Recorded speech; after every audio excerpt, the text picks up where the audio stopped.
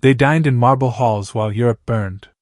They wore diamonds stolen from the dead, silk dresses bought with blood. They smiled beside monsters, yet claimed to know nothing of the horrors their husbands unleashed. These were the wives and mistresses of Hitler's inner circle, women who stood at the heart of the Nazi Empire, who whispered behind closed doors while millions screamed outside them. When the Third Reich collapsed in fire and rubble, their palaces turned to prisons, their husbands swallowed cyanide or fled into the shadows. And these women, once treated as queens of a dark empire, were left to face a world that despised them. Some were executed, some vanished, others reinvented themselves in post-war Germany's chaos. But all carried secrets, of loyalty, betrayal, and survival, that history tried to bury. This is their story. To understand the women who stood beside Hitler's inner circle, we must first step into their world, a world built on illusion, power, and fear. In the 1930s, as Germany rose from the ashes of World War I, Adolf Hitler built not only a political machine but a court, a twisted reflection of the royal courts of old Europe. Around him gathered a new kind of aristocracy, military men, bureaucrats, and ideologues who swore blind loyalty to the Führer. Names like Göring, Goebbels, Himmler, Bormann, and Hess became symbols of both power and terror. But behind those men stood women, wives, mistresses, secretaries, and confidants, who witnessed history unfold from the inside. They were not soldiers, nor policymakers. Yet they lived at the very center of evil, close enough to smell the smoke from the camps, yet often choosing silence over truth. Some adored Hitler with a near-religious devotion, others sought only comfort, status, or security in a collapsing world. But none could ever truly escape the shadow of what their husbands did. The Nazi elite saw themselves as modern knights, and their wives as trophies, symbols of Aryan beauty, discipline, and domestic virtue.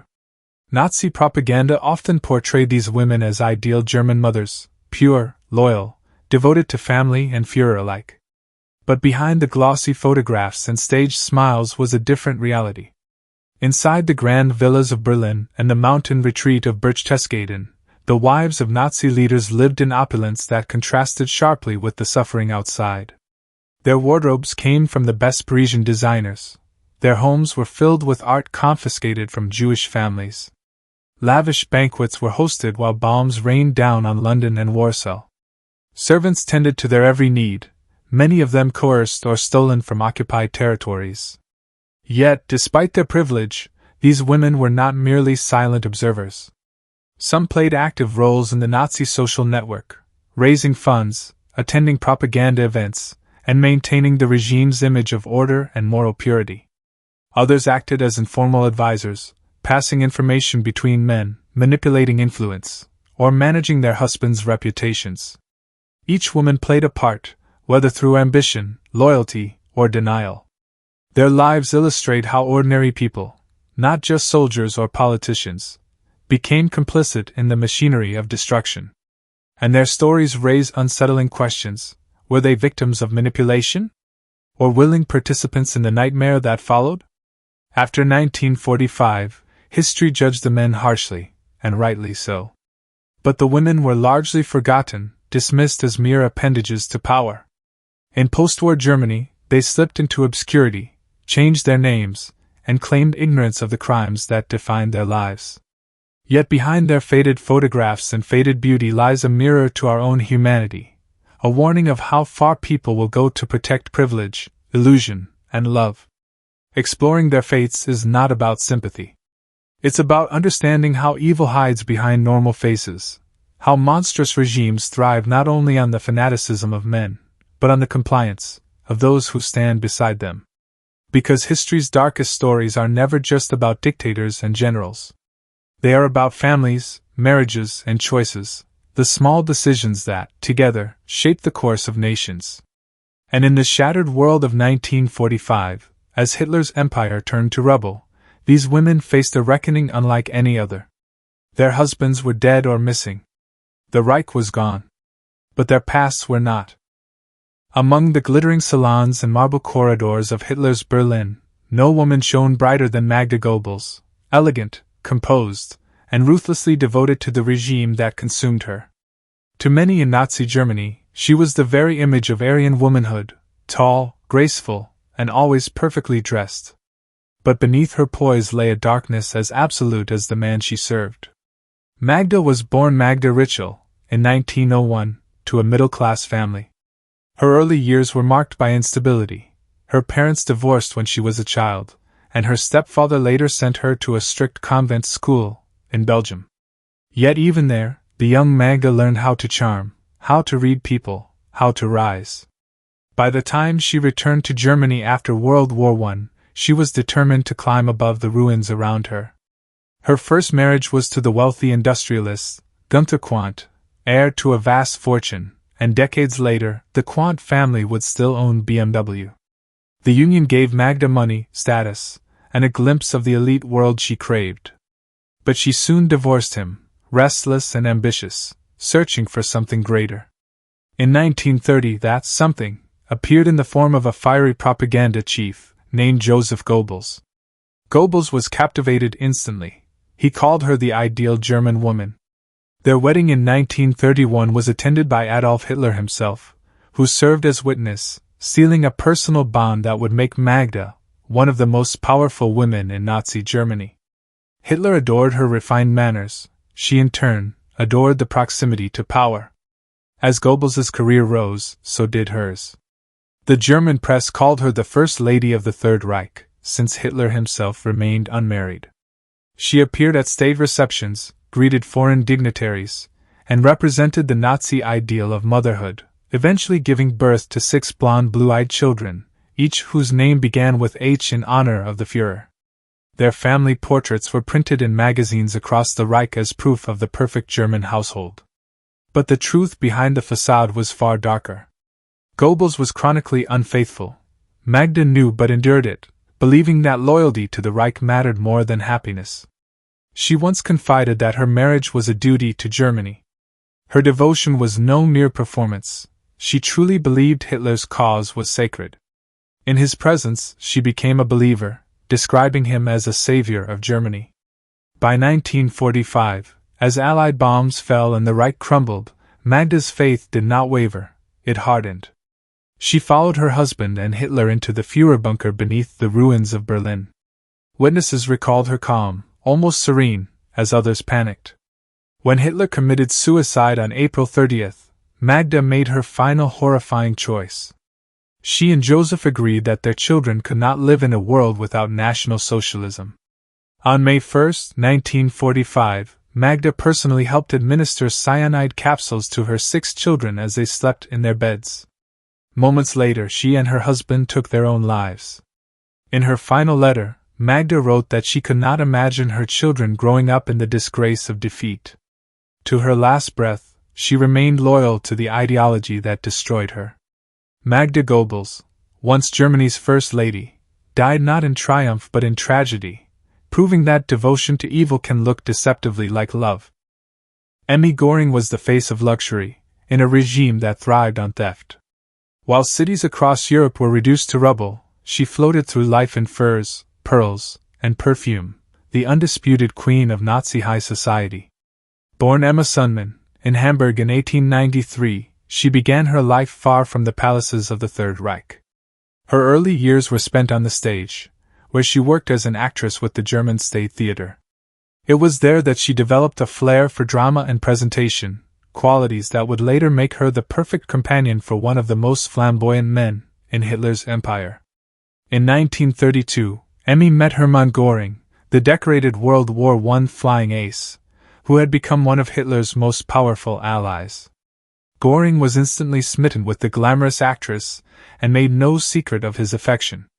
Their romance blossomed during the turbulent final years of the Weimar Republic, a time when Göring's political ambitions were soaring as fast as his arrogance. By the time they married in 1935, Hitler himself stood as their witness, a symbolic gesture that cemented Emmy's role as part of the Nazi elite. From that day forward, she was treated like royalty. The Göring's vast estate, Cairnhall, named after Göring's first wife, became the center of extravagant gatherings. Foreign diplomats, military leaders, and party officials attended her lavish receptions. Emmy presided over them all with grace and vanity, dressed in gowns tailored by the best designers in Paris and Berlin. She adored the attention and considered herself the social leader of Nazi Germany, rivaling even Magda Goebbels in status. Servants waited on her hand and foot, and her closets overflowed with jewelry and furs, many of them stolen from Jewish families deported to concentration camps. To the German public, Emmy was presented as the model of sophistication and femininity. She headed charitable organizations and appeared at cultural events, where she spoke of the regime's dedication to art and beauty. Behind the facade, she was perfectly aware of the corruption and brutality that financed her lifestyle. Her husband's art collection, one of the largest in Europe, was built through systematic looting of museums and private homes in occupied countries. When asked about it later, she claimed she never questioned where the treasures came from, she simply enjoyed them. As the war turned against Germany, the parties at Karen Hall grew fewer, and the mood darkened. Göring's arrogance and drug addiction worsened, and Emmy began to see her empire crumble. In 1945, with the Allies closing in, Göring ordered Karen Hall destroyed to prevent it from being captured. The explosion erased a monument to greed and vanity, and with it, Emmy's world collapsed. After the war, Emmy was arrested and tried at the denazification courts. She was classified as a major offender and sentenced to 1 year in prison, along with a ban on public appearances.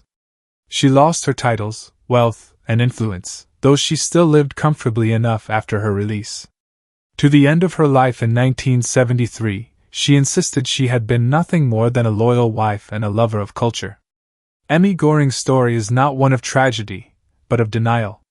She survived the empire of lies she helped sustain, unrepentant, elegant, and untouched by the guilt that consumed the ruins of her husband's Reich. Eva Braun was a shadow at the edge of history, seen but never heard, smiling in photographs, beside a man who would become the most hated figure of the 20th century. To the world, she was invisible for most of her life. To Adolf Hitler, she was a source of comfort in the rare moments when the architect of genocide allowed himself to be human. She was born in Munich in 1912, the daughter of a modest schoolteacher. Her youth was unremarkable, shaped by Catholic schooling and middle-class aspirations. At 17, she began working as an assistant and model for Heinrich Hoffmann, Hitler's personal photographer. It was there, in 1929, that she first met Hitler, then a rising political agitator with magnetic intensity. He was more than twice her age, yet Eva was instantly drawn to his power and charisma. Their relationship began in secrecy. To the public, Hitler cultivated the image of a celibate leader devoted entirely to Germany. A wife, he believed, would tarnish that illusion. So Eva lived in the shadows, her existence confined to the margins of his private world. She occupied rooms at his Munich apartment, and later at the Berghof, his mountain retreat in Bavaria, but her name was never spoken in official circles. The secrecy took its toll. Isolated and ignored, Eva's life became a strange blend of luxury and loneliness. She spent her days photographing the Alps, collecting fashion magazines, and waiting for Hitler's attention. Her diaries and letters, discovered after the war, reveal a woman alternately bored, jealous, and desperately in love. Twice she attempted suicide, once by shooting herself in the chest, and again by overdosing on pills, in what appeared to be pleas for recognition. Each time, Hitler rushed to console her, but their relationship remained locked behind closed doors. Those who visited the Berghof remembered Eva as cheerful and kind, devoted to her dogs and her camera. Yet beneath her charm lay an unsettling indifference to the horrors surrounding her. She benefited from the privileges of power, fine clothes, expensive gifts, and vacations in occupied territories, all while millions were dying in camps and battlefields. She never spoke against the regime, she never asked questions. As the war turned against Germany, Eva refused to leave Hitler's side. In April 1945, when Soviet troops surrounded Berlin, she defied orders and traveled to the Führerbunker. There, amid the chaos of the collapsing Reich, she finally achieved what she had desired for 16 years, to be acknowledged as Hitler's wife. On April 29, in a brief and somber ceremony, she married him. The next day, they were both dead. Eva took cyanide, and Hitler shot himself beside her. Their bodies were carried into the Chancellery garden, doused with petrol, and set on fire as the Red Army closed in. She was 33 years old, a woman who might have lived a life of ease and obscurity, but instead chose to follow love into the abyss. Eva Braun's story is not one of politics or ideology, but of devotion twisted into tragedy, proof that even ordinary hearts can be seduced by power and destroyed by it. Hedwig Potthast was the hidden woman in the life of one of the most feared men in Nazi Germany. While Heinrich Himmler orchestrated the machinery of terror, the SS, the Gestapo, and the death camps, she lived quietly in the background, a secret known only to a few. Yet her story offers a rare glimpse into the private world of the man who oversaw genocide and the woman who chose to love him. Born in Cologne in 1912, Hedwig Potthast came from a respectable, middle-class family. She was intelligent, well-educated, and ambitious, traits that brought her into the SS bureaucracy in the mid-1930s. In 1936, she became a personal secretary to Heinrich Himmler, the Reichsfuhrer SS. At the time, Himmler was a married man with a daughter, projecting an image of strict morality and family values. But behind that facade, a quiet relationship began to develop between the powerful leader and his efficient young assistant. Hedwig was not the glamorous type that filled Nazi salons. She was reserved, disciplined, and devoted, qualities that appealed to Himmler's obsession with order and control. By 1939, their professional relationship had evolved into something deeper. She became his mistress, and soon after, the mother of his 2 children. To maintain secrecy, Himmler arranged for her to live separately under false identities.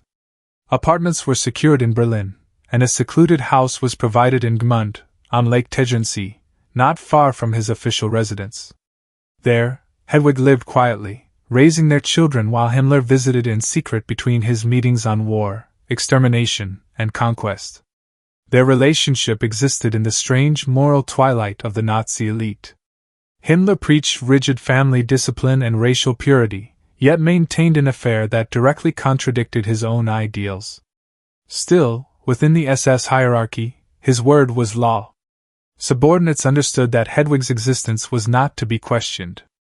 Some even referred to her discreetly as the second Mrs. Himmler.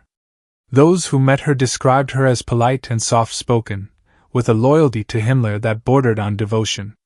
She accepted her isolation without complaint, seemingly content to exist in his shadow. When he visited, she prepared his meals, listened to his long lectures on mysticism and racial theory, and supported him with quiet understanding. She once confided to a friend that Himmler was kind and gentle to her, words that, in the context of his crimes, now sound chilling. As the war turned against Germany, Hedwig's life unraveled alongside his. In 1945, as Allied forces advanced, Himmler attempted to flee under a false name but was captured and committed suicide with a cyanide capsule. Hedwig, left alone with their children, was briefly detained by the Allies but released soon after. She lived a discreet post-war life, never writing memoirs, never granting interviews.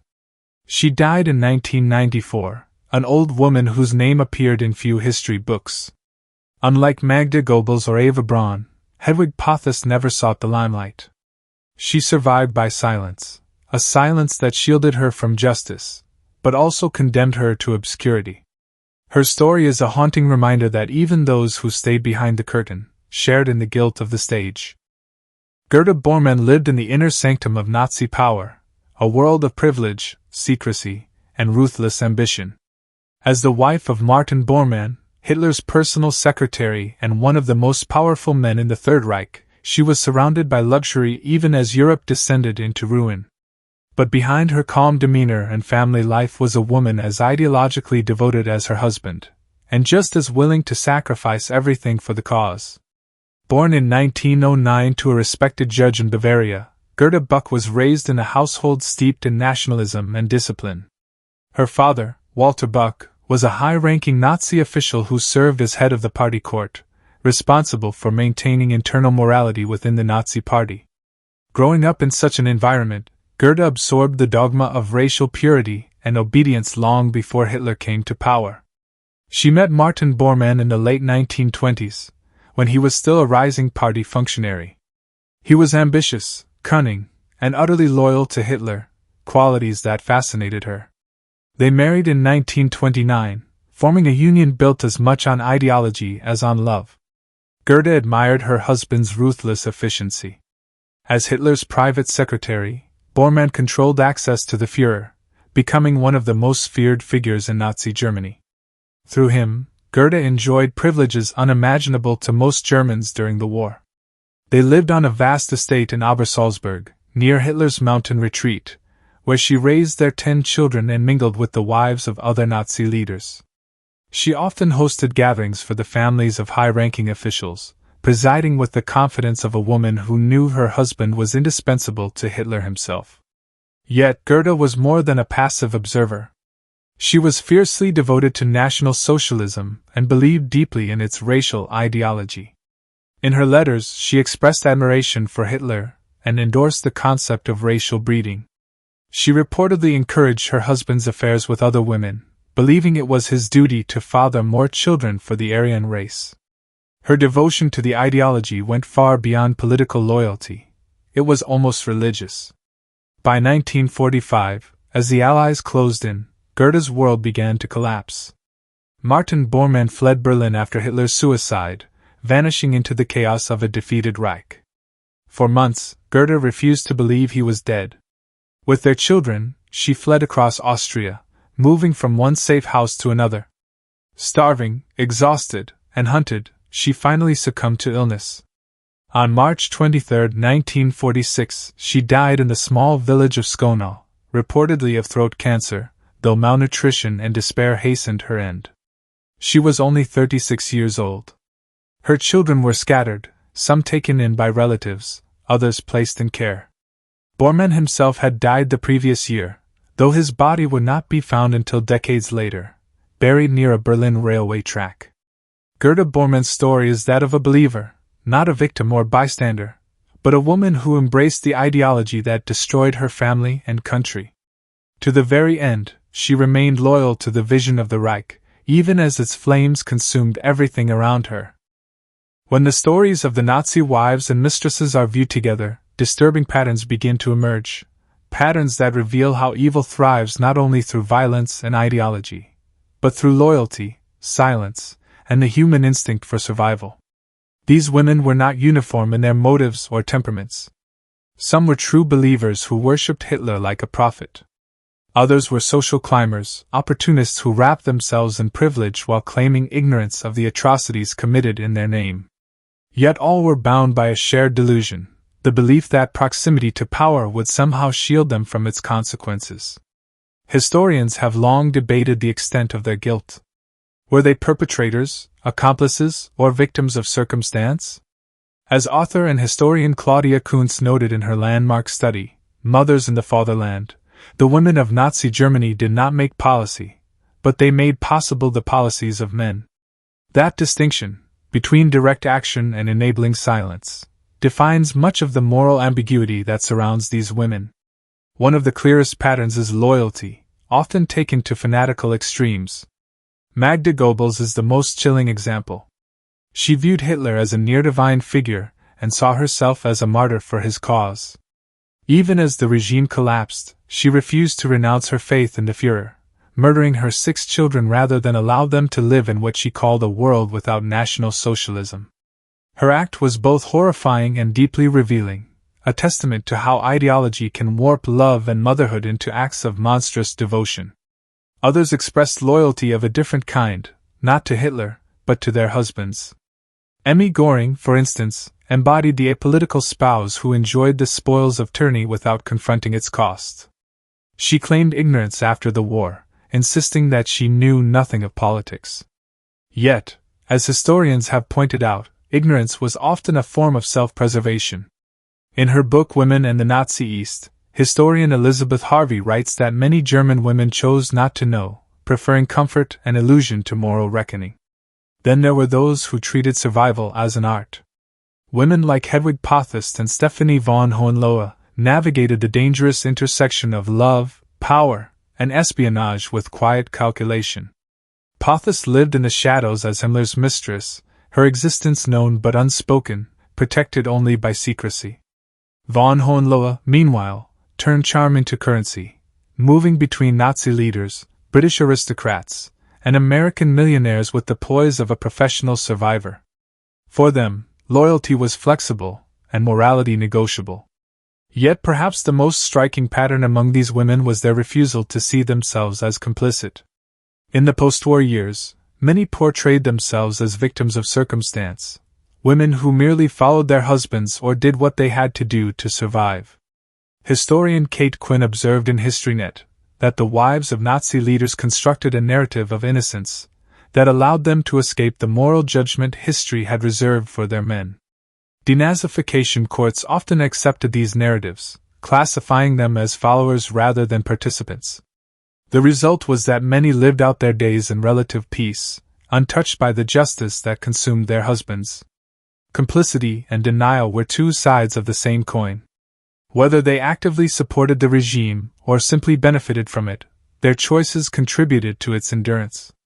As the historian Wendy Lower wrote, the Holocaust was not only a crime of men. It was a world built and sustained by both genders. In the end, the stories of these women expose the subtle mechanics of evil, how it seeps into daily life, how it disguises itself as loyalty, love, or duty. They show that history's darkest chapters are not written only by monsters in uniforms, but also by those who smiled beside them, raised their children in comfort, and chose silence when speaking out meant risk. Their fates, whether tragic or mundane, remind us that complicity often wears a human face. These women were not caricatures of villainy. They were ordinary people who adapted to extraordinary horror. And that, perhaps, is what makes their stories so unsettling. They force us to confront the uncomfortable truth that evil does not always announce itself with cruelty. Sometimes it comes dressed in elegance, devotion, and denial, and that is the most frightening pattern of all. If these stories moved you, or made you question how power and ideology can twist even the most personal bonds, subscribe to Four Corners Facts.